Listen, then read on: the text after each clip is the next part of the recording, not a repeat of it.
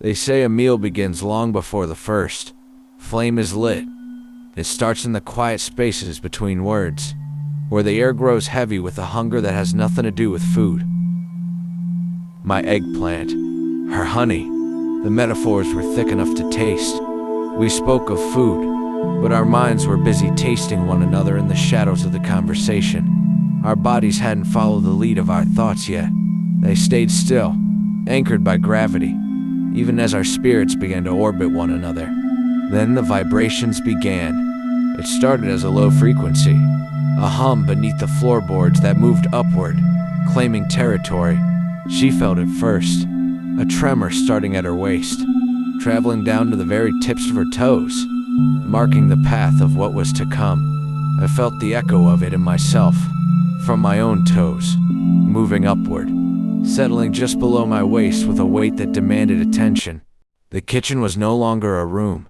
It was a pressurized chamber. She felt it deep inside, a heat that no thermostat could ever hope to regulate. Her oven was finally open.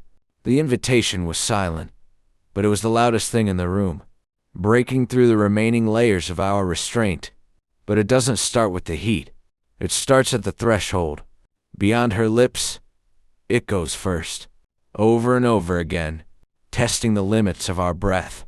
There's a rhythm to the way her tongue massages, a deliberate pace that speaks of mastery and surrender all at once. She doesn't look away. She looks directly into my eyes, ensuring that I see every flicker of the pulsating vessels and the fire she's tending, dripping with the promise of the feast we've been discussing in circles. The pretense of the cook is gone. The apron is now on the floor, discarded like a skin that no longer fits the intensity of the moment. There's a stillness that follows the fall of cloth, a realization that everything we spoke of was just a map to lead us to this exact coordinate. Now the only thing left is the consumption. The ingredients have been mixed. The heat has been applied.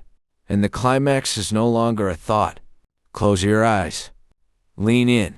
The most important parts of this story aren't the ones I'm telling you. They're the ones you have to hear in the silence. Listen carefully.